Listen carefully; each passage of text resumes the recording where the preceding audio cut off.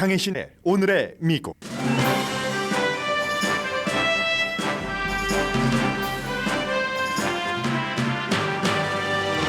지난 100년 사이 미국 최악의 산불로 기록된 하와이주 마우이 산불 화재로 인한 사망자는 적어도 96명이고, 그리고 이것도 3% 지역에서만 수색된 결과입니다. 애리조나주에서는 지난 30일 동안 폭염으로 약 400명이 사망하자 주지사가 비상사태를 선포했습니다. 피닉스는 43일 연속 최고 기온이 화씨 110도 이상이었습니다. 트럼프 전 대통령이 올 들어 네 번째 기소 여부 곧 확정될 것으로 보입니다.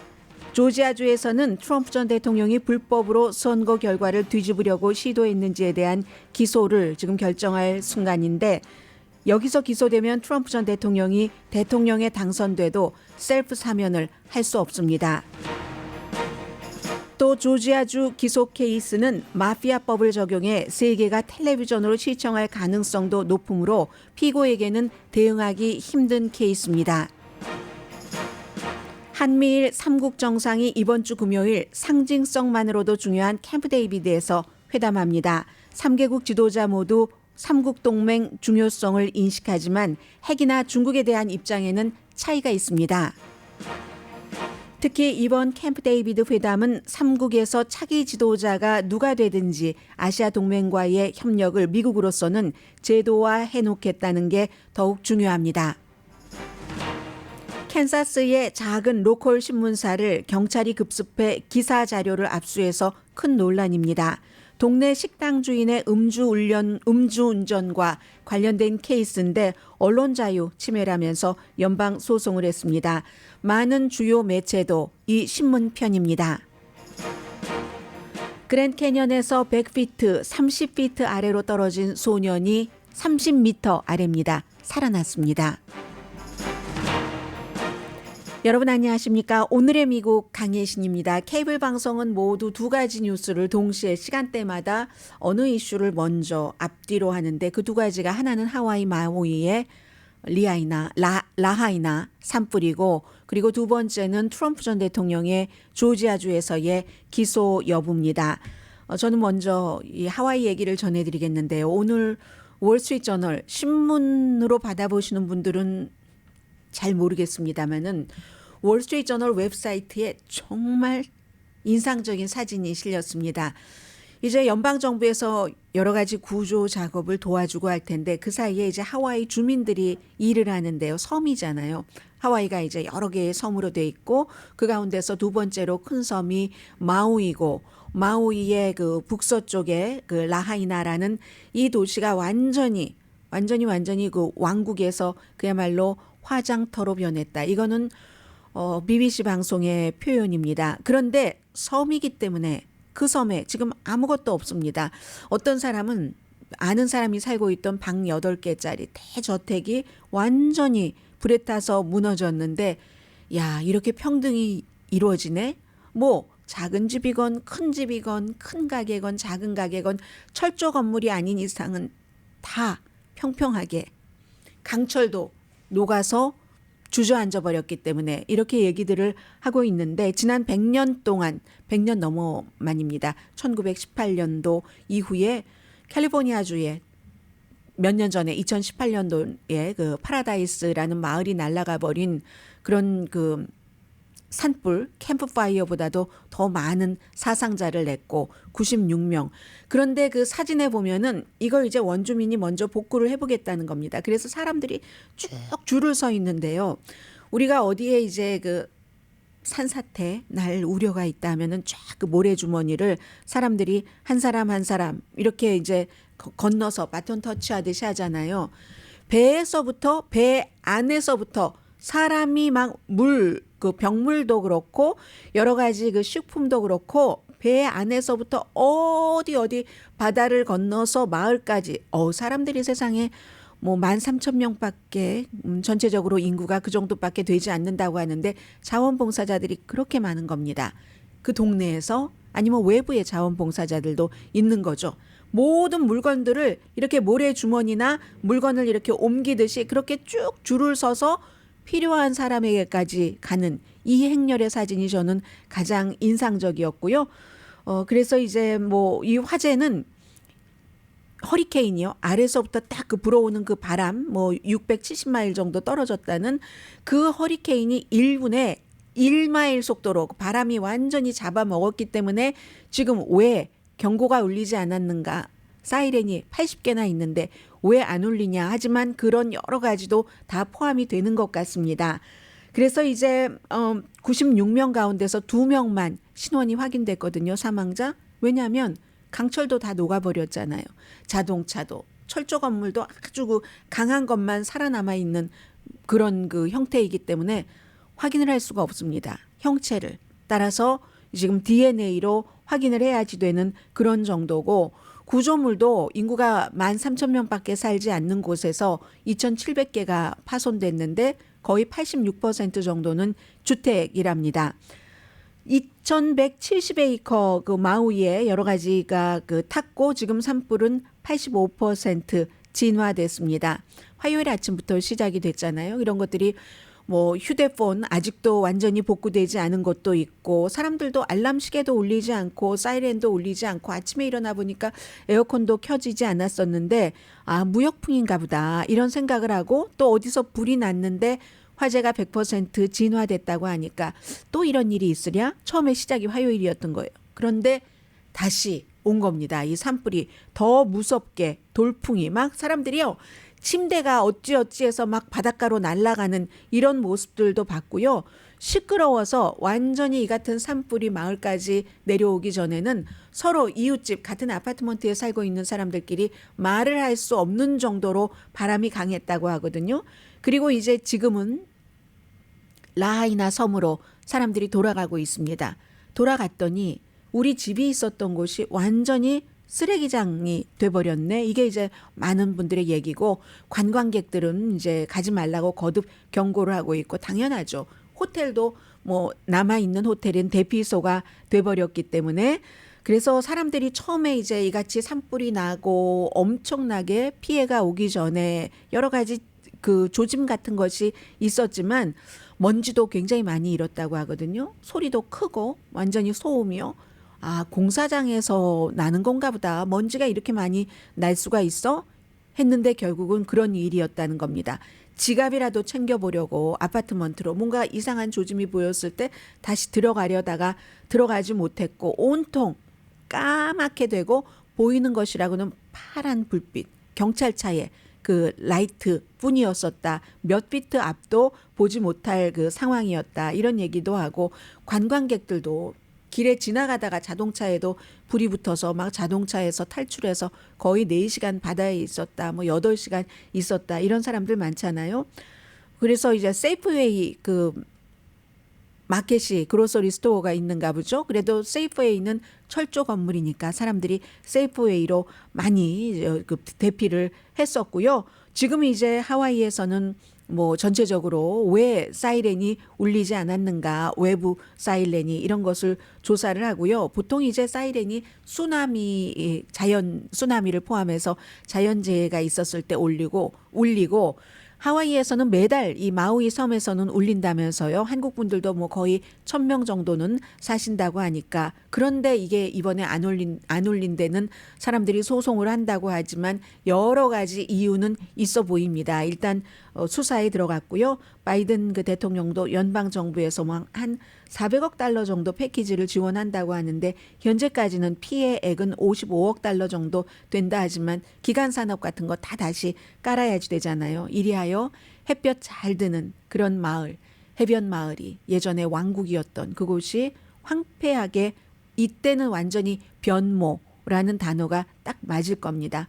불이 아주 시커멓게 연기를 만들면서 낮이 밤이 됐었던 하와이 이제부터 이제 복구 작업을 시작하고 사람들이 손에 손을 모아서 배에서부터 모든 물건, 물, 스팸 같은 것 많이 보이더군요. 사람들에게 지금 전달을 하고 있습니다. 그래서 어떤 사람들은 뭔가 이게 그 경고 시스템이 제대로 작동하지 않았기 때문에 나의 집에 가봤더니 아무것도 남아있지 않고 내 집은 범죄 현장이다 라고 얘기를 하니까 지금부터 얼마나 소송도 많이 이어질지 지금 이제 그런 것도 하와이에서는 큰 이슈가 되고요.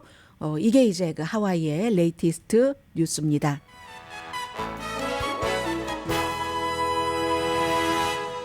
그리고 미국의 모든 방송이 동시에 탑뉴스로 보도하는 것은 조지아주 이 케이스가 더 트럼프 전 대통령에겐 위험할 수 있다고 보는 사람이 많습니다. 왜냐하면 연방 무슨 뭐 선거를 조작하려고 했다 선거 결과를 해서 뭐 기소되기도 했고 기밀 서류 문제로도 기소됐고 뉴욕은 이제 또 다른 케이스로 기소가 됐는데 조지아 케이스는요 연방 기소 케이스의 경우에는 대통령이 사면을 할 수가 있습니다. 스스로. 그런데 조지아주는 주 정부 케이스이기 때문에 트럼프 전 대통령이 만약에 대통령에 당선된다 할지라도 셀프 사면을 할 수가 없습니다. 조지아주의 무슨 사면위원회 같은 데서 특별하게 뭐 좀 검토를 해야지 되고 그리고 그것도 조지아주는 사면받으려면은 적어도 형량을 다 채우고 그리고 나서 5년 뒤에 사면 신청을 할 수가 있습니다. 사면 신청하면 거기에 대해서 이제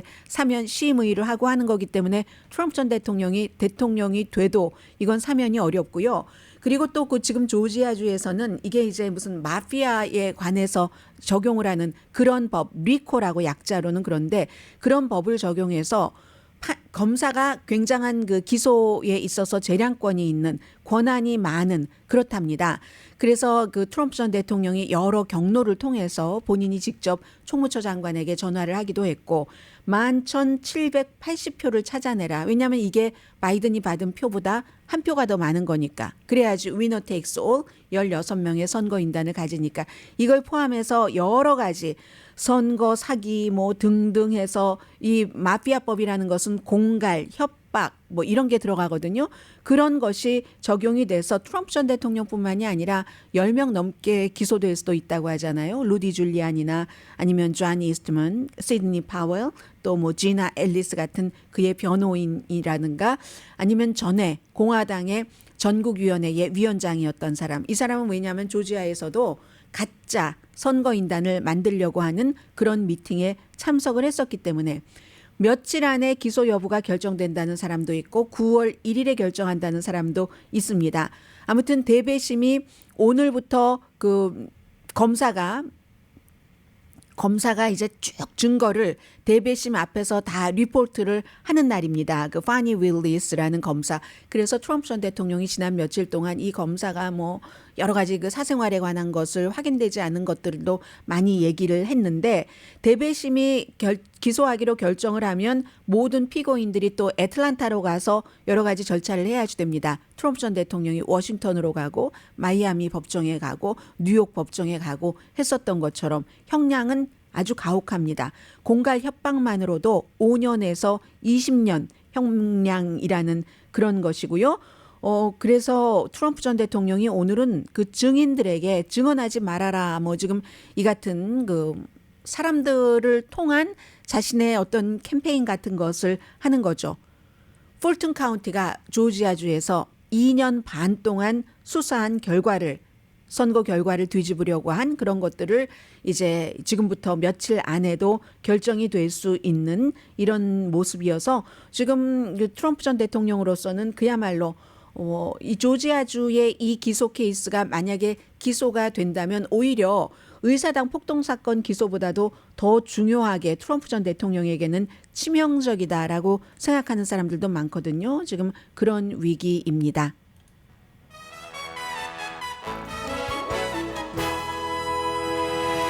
그럼에도 불구하고 지난 주말에도 아이오와주에서 캠페인을 했는데 아이오와주에 스테이트 페어가 열렸었어요. 그래서 뭐 론 디센티스라든가 많은 그 공화당 후보들이 갔는데 all about 트럼프 전 대통령에 관해서였습니다. 그리고 트럼프 전 대통령이 등장할 때와 다른 사람이 등장할 때의 그 환호하는 비율은 비교할 수 없을 정도로 그렇습니다. 그래서 공화당으로서는 굉장히 딜레마인 거죠. 트럼프 전 대통령이 없으면 이게 공화당이 어떻게 될까? 그런데 또 그렇다고 트럼프 전 대통령이 그 사법 리스크가 너무 많기 때문에 지금 공화당에 그런 고민이 있고요. 잠시 뒤에는 이번 주 금요일입니다.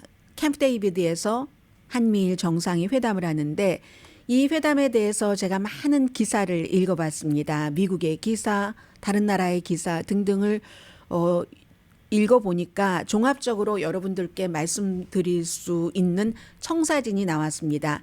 이번 회담의 중요도가 어디에 있는지, 그리고 이게 지금 한 번의 회담으로 끝나는 게 아니라 앞으로 몇 년까지 아니면 그 몇 년 이후에 한국과 미국에서 대통령이 달라져도, 예를 들어서 지금 한국의 대통령이 윤석열 대통령인데 차기 대통령은 더불어민주당에서 나와도, 그리고 미국에서 민주당의 바이든이 대통령이지만 트럼프 전 대통령이 다시 대통령이 된다 할지라도 뭔가 바꿀 수 없는 것을 만들고 싶어하는 이런 것들, 당연히 중국이 연관돼 있고요.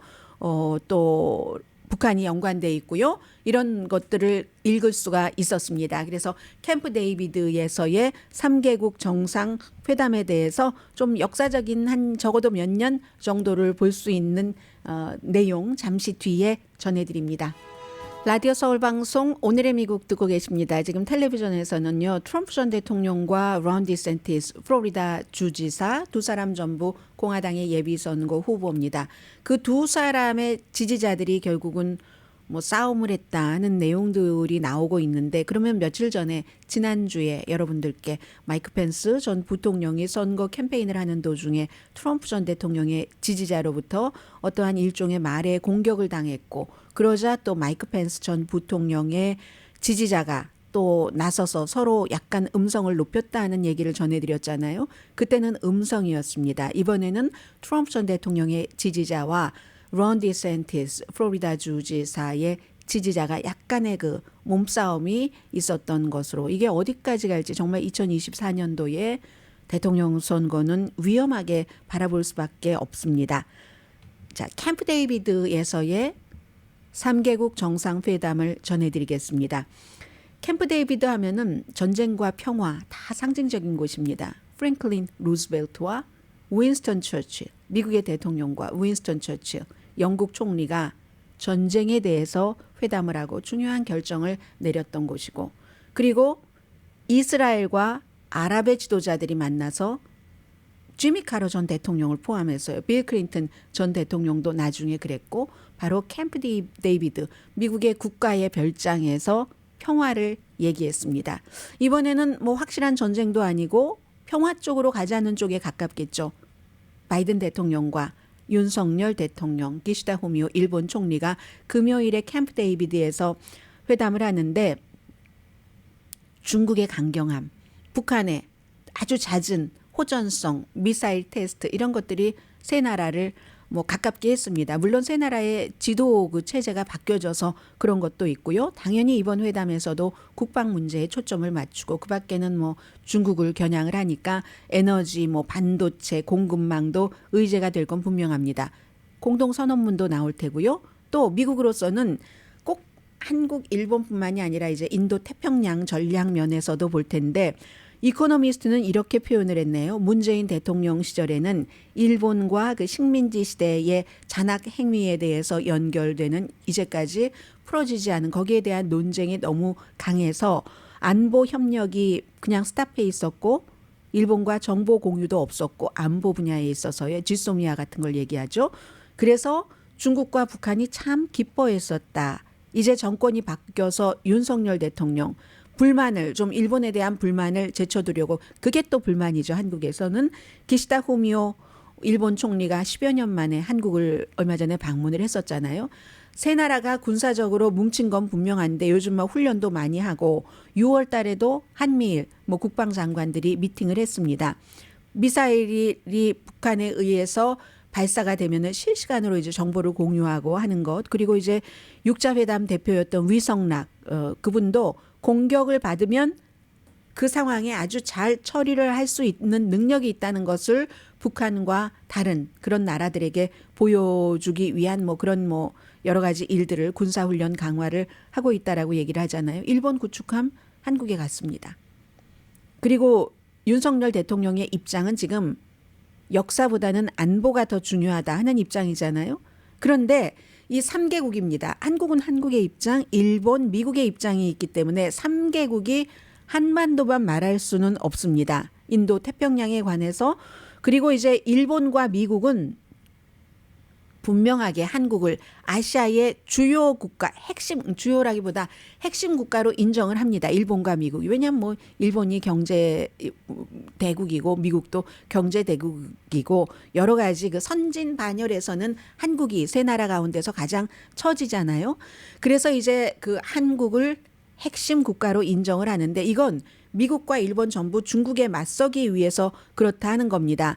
그러니까 이제 뭐 반도체 이런 부분에 대해서는 삼성이 일본에 칩 공장 세우잖아요. 미국에만 세우는 게 아니라 중국이 주목할 수밖에 없죠. 중국도 좀 그동안 시들해진 한국, 중국, 일본 3개국 회담을 추진을 하는 것을 원하고 얼마 전에 이제 미팅에서 왕이 다시 외교부장이 칭다오에서 열린 고위급 그 포럼에서 정상회담이 부러워해야 된다면 이런 거다. 그 말하자면 비슷한 그 지정학적인 위치에 비슷한 문화와 백그라운드를 가진 나라끼리 뭔가를 하는 게 맞다는 얘기예요. 이 왕위 부장이 뭐라고 얘기를 했냐면 아무리 동양인이 금발로 물을 들이고 코를 날카롭게 깎고 해봤자 미국인 못 된다. 유럽인 못 된다. 우리는 우리끼리 합쳐야 된다라고 하는데 지금 일본과 한국은 꼭 중국과 그렇게만 할 수는 없죠.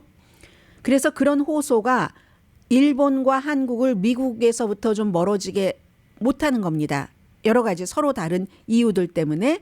그런데도 한국과 미국과 일본의 그 가까움, 동맹에도 한계가 있다. 모든 전문가들이 다 공통적으로 보고 있는 점입니다. 당연히 알고 계시는 것처럼 한국과 일본은 과거 역사 때문에 의구심이 여전한 거죠. 일본의 우파나 한국의 또 뭐 진보나 그리고 일본 헌법은 또 새로운 동맹 체결 같은 것은 어렵게 하고 또 한국 국민들은 상당수가 일본과 어떻게 다른 건 다 그래도 말이야 문화는 대쪽해 어떻게 일본과 군사 정보를 공유한단 말이야? 이렇게 생각하시는 분들이 많습니다. 무조건 일본은 과거에 한국을 침략했던 국가라는 것이 바탕에 있기 때문에 그리고 아니 왜 그렇게 무슨 과거에 다른 나라도 침략했고 뭐 평화 헌법 하더니 요즘엔 그게 저돌적으로 바뀌어 하면서 절대로 일본은 믿을 수 없는 나라야 라고 생각하는 한국인들이 상당히 많다는 것을 미국과 영국 모든 나라의 전문가들은 알고 있습니다. 또 있죠. 이번에 캠프 데이비드에서 세 나라가 모여서 열심히 뭐 잘해보자라고 하지만 세 나라의 우선순위도 다릅니다. 한국의 초점은 북한입니다. 그런데 일본은요. 북한에서 무슨 미사일을 발사하면 어떻게 굉장히 신경 쓰는 것 같죠. 그런데 더 중요하게 생각하는 것은 대만 문제라는 겁니다. 여기에 대해서 한국은 또 웬만하면 대만 문제에 대해서 앞장서지는 않는 것을 원하는 사람들이 많잖아요. 뭐 이건 다 지정학적인 여러 가지 문제 때문에 한국은 북한, 일본은 대만이 더 속으로는 그렇게 되는 거고 미국은 또 다릅니다. 미국은 북한의 핵 억지력 그리고 또 중국의 대만 침공 이걸 다 미국은 미국의 입장에 맞게 요리하고 싶어 하는 거죠. 그리고 핵만 하더라도 이제 세 나라가 다 공통적으로 있는 그 이슈 핵만 하더라도 접근이 다릅니다. 특히 일본과 한국의 접근이. 일본은 조금 웬만하면 겉으로 막 드러내지 않으면서 또 뭐 일본인 납치된 사람들 뭐 일본으로 데리고 오고 하는 그런 문제들도 있기 때문에 일본에선 정치인들이 제일 중요하게 생각하는 게 바로 그 점이잖아요. 미국도 마찬가지지만 생명, 그 국민의 생명. 그래서 일본은 좀 그런 핵 문제 같은 것도 조용하게 해결하면서 다른 것도 하고 싶어 하는데 한국은 지금 현재 행정부는 가능하면 좀 하고 있는 일을 크게 알려서 성과를 내는 것처럼 말하고 싶어 하고 이렇게 다 입장이 다르다는 얘기입니다. 그리고 무역에 대해서도요. 일본과 한국이 중국에 대해서 다 이제 무역이 엮여 있기도 하고 중국의 무역 정책에 대해서 불만도 갖고 있습니다. 중국이 아주 크게 뭐 제재 같은 것을 하기 때문에 그러나 이 중국에 대한 무역에 관련된 불만에 대해서는 한국이 더 조심스러워합니다. 북한 핵 문제에 대해서는 일본이 조금 조심스러워하고 중국의 무역에 대해서는 한국이 그 의존도가 엄청 크기 때문에 아직까지 물론 이제 한국도 그 무역 의존도를 중국에서 탈피하지 않으면 미래는 없습니다.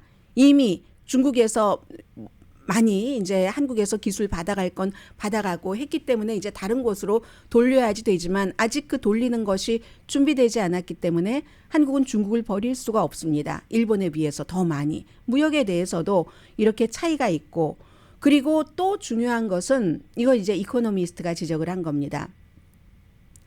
세 나라의 국내 정책. 이것도 이제 외교 관계에 장애가 된다는 거죠. 캠프 데이비드에서 어떤 것을 내놓더라도 무산될 수 있는 가능성도 있다는 겁니다.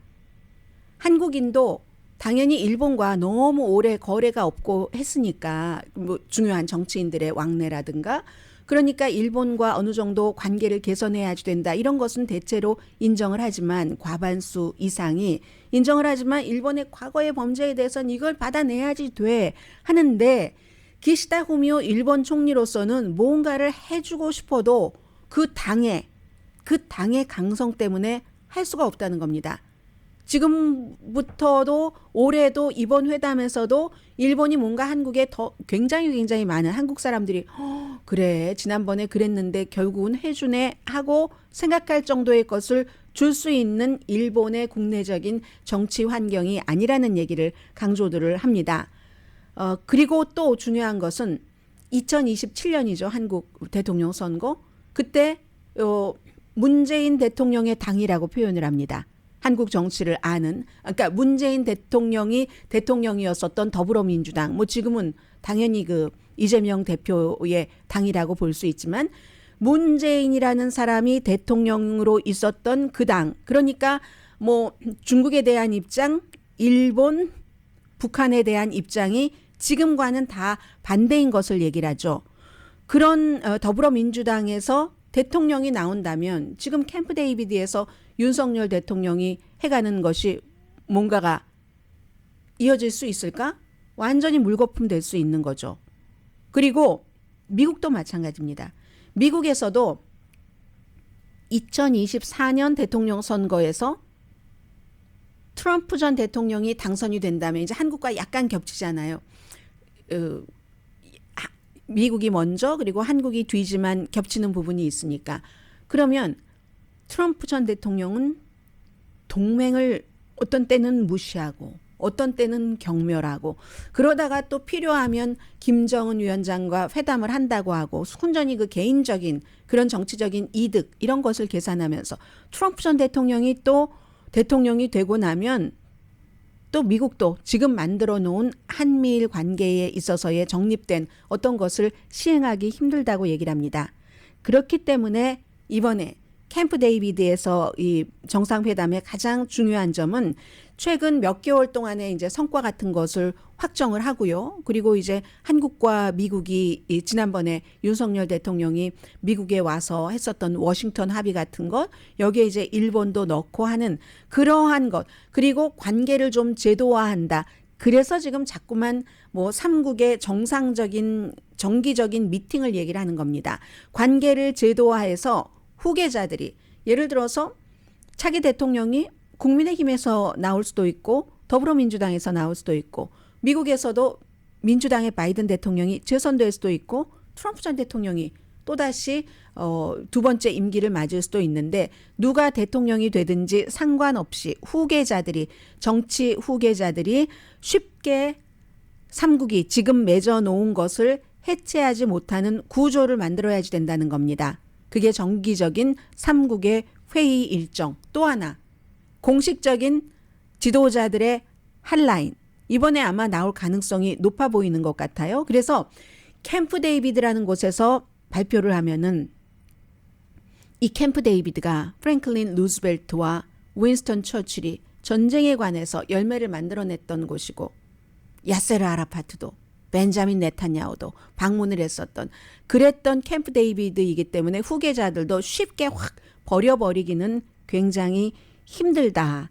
이런 얘기들을 지금 하고 있는 겁니다. 그래서 금요일에 있을 그런 그 캠프 데이비드 회담은 중국과 북한에 일단 큰 메시지가 될 테고요. 뭐 경제적으로나 여러 가지 그 군사적으로나 그런 것. 그리고 바이든 대통령으로서는 로즈 가든 캠페인이라고 보시면 됩니다. 재선 대통령으로서 이게 아주 중요한 외교 문제잖아요. 미국이 중요하게 생각하는 인도 태평양 대통령이기 때문에 할 수 있는 로즈 가든 재선 캠페인이다. 이렇게 보시면은 될 것 같습니다. 그래서 미국으로서 이제 중국이 이 안에 쭉 들어가 있는데 지난주에 미국 회사가 중국의 뭐 테크놀로지 회사 같은데 만약에 그 투자를 한다면 대부분의 투자를 막고 투자를 한다면 정부에 재무부에 보고하도록 한다던가 그러면서도 또 베이징은 경제에 있어서 시한폭탄이다. 별로다. 베이징 경제 이런 얘기를 하고 공산당은 나쁜 사람들이에요. 이런 얘기를 다 하는 게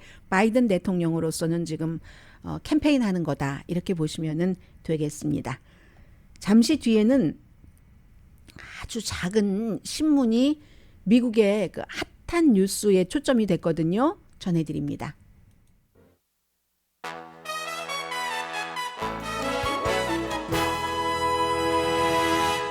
라디오 서울 방송 오늘의 미국 듣고 계십니다. 네, 한국에서 얼마 전에 그 MBC 뭐 압수수색하러 갔다가 또 뭐 검찰이 돌아가고 다시 가고 뭐 여러 가지 일이 있었잖아요. 미국에서 아주 그 작은 그 신문이거든요. 주간 신문입니다. 캔사스주에서 발행되는 그 주간 신문사에 지역 경찰이 물론 압수수색 영장 가지고 갔습니다. 가지고 가서 여러 가지를 수색을 한 게 뭐 발행 부수는 한 2,000부 정도 된다고 하니까 작은 마을이니까 캔사스의 위치타에서 북쪽으로 한 60마일 떨어진 메리온 카운티랍니다. 그래서 신문 이름이 메리온 카운티 레코드라는 그런 신문사인데 여기서 이제 압수수색이 발부가 되고 압수를 한 것 이것 때문에 지금 미국의 주요한 그 언론사들이 전부 이 작은 주간 신문사를 지지를 하고 있습니다. 그 같은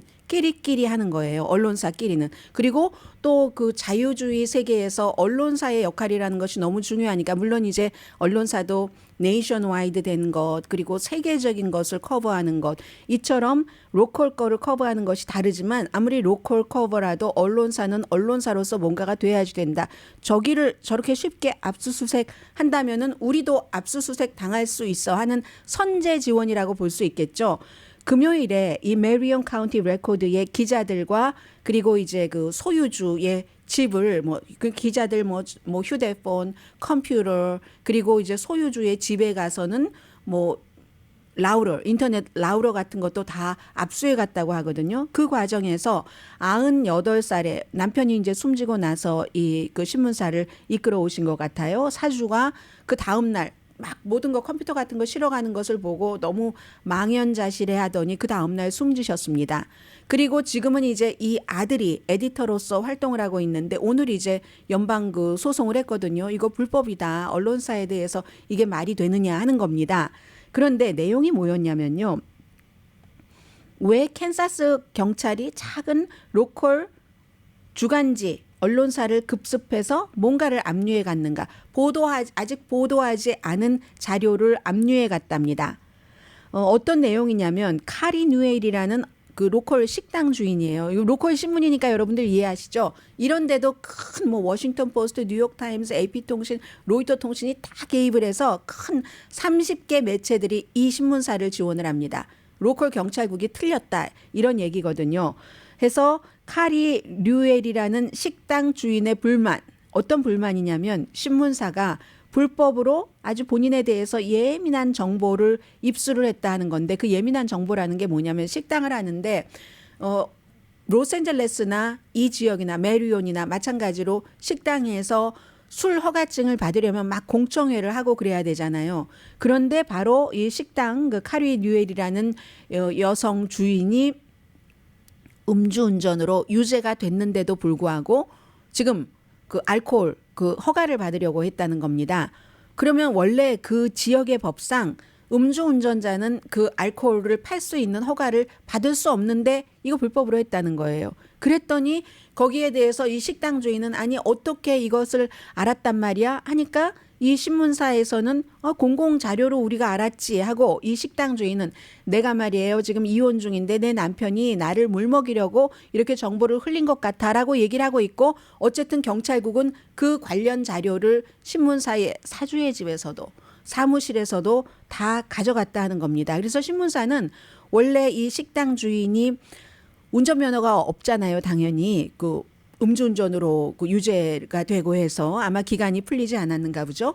그런데도 운전을 하고 다녔다. 그런데 이 내용을 주간지에 보도 자체는 안 했답니다. 보도 자체는 안 하고 가지고만 있었는데 그런데 오히려 이제 경찰에 연락을 했다는 거예요. 이런 사람인데 뭐 주류 판매 허가증을 줘서야 되겠느냐. 이렇게 연락을 했는데도 경찰이 급습해서 했다 하고 98세의 조안 메이어라는 사주가 이제 하루 만에 사망을 했고 현재 어머니와 같이 공동 사주고 편집인인 에릭 메이어 씨. 이분은요. 밀와키 저널에서 한 20년 이상 기자였습니다. 그리고 일리노이 대학교에서 교수도 했고 원래의 편집장이었던 그 빌 마이어 아버지의 아들이었고요. 1998년도에 이 신문을 구입을 했는데 주간지라고 하지만 뭐 1869년도부터 있었대요. 작은 마을이니까 일주일에 한 번씩 막 동네 소식 전해지고 하는가 보죠. 그래서 결국은 이 회사가 연방을 고소를 했고 4,000부네요. 2,000부가 아니라 발행부수가 일주일에 4,000부라고 하고 표현의 자유다. 우리 표현의 자유가 있는데 아직 보도하지도 않은 그러한 정보를 가지고 가고 그리고 또 하나 98세이긴 하지만 우리 어머니가 우리 신문사의 사주가 굉장히 건강이 좋은 편이었다. 그런데 그로 인해서 사망을 했다라는 얘기를 하고 있고 경찰국장이 지금 언론의 인터뷰에서 하고 있는 얘기는요. 연방 뭐 사생활보호법이라든가 표현의 자유라든가 하는 것은 기자에 대한 모든 것을 보호하지 않습니다.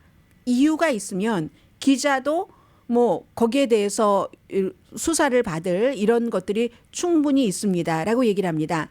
그런데 이제 여기서 또 하나 말씀드릴 수 있는 것은요. 최근에 미국에서 모든 것들이 너무나 다 그 극단적으로 돼가기 때문에 특히 2020년도에 이제 조지 플로이드가 그 백인 경관에 의해서 목 졸라서 숨지고 그 당시에 이제 현장을 취재했었던 기자들도 있고 뭐 시위를 취재했던 기자들도 있고 어떤 사람은 그 시위가 너무 나중에 약탈로 변했어 하고 비난하는 사람도 있지만 모든 시위에는 다 배드 애플이 껴있다 하고 하면서 기자들조차도 막 그 조지 플로이드 사망 사건을 굉장히 적극적으로 보도한 그런 기자들도 있습니다.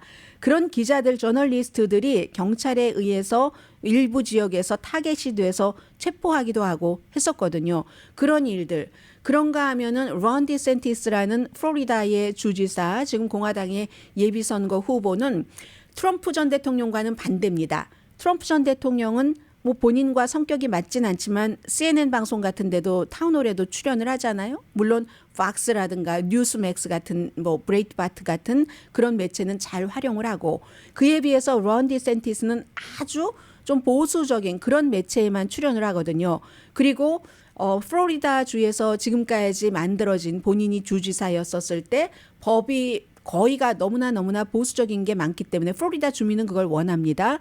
그래서 그것을 서명을 할 때 기자들이 까다롭잖아요. 아무리 그 플로리다 보수적인 지역의 기자라 할지라도 기자들은 항상 반대편에서 질문을 많이 하는 사람들이기 때문에 법안에 서명을 할 때 어떤 것 예민한 것은 아예 기자들에게 공개를 하지 않는다던가 이렇게 기자들과 연관돼서 이제는 그 미국에서 많은 이슈들이 일어나고 있어서 예전 같으면 이런 일이 없을 것 같은데 이런 일이 일어나는 겁니다. 뉴스 조직에 대한 경찰의 급습은 미국에서 거의 없는 일입니다. 뭐 로컬 그 신문사이긴 하지만 그리고 주 연방법에 따라서 대부분의 상황에서는 불법이거든요. 그래서 이제 이 케이스를 많은 주요 신문들도 주목을 하고 있는 겁니다. 왜냐하면 큰 신문사에도 이런 일이 올 수 있기 때문에 이게 그래서 은근히 오늘 아주 그 핫한 미국의 아이템이고요. 잠시 뒤에는 뭐 애리조나를 포함해서 애리조나 또 그랜드 캐년 이런 소식 전해드리겠습니다.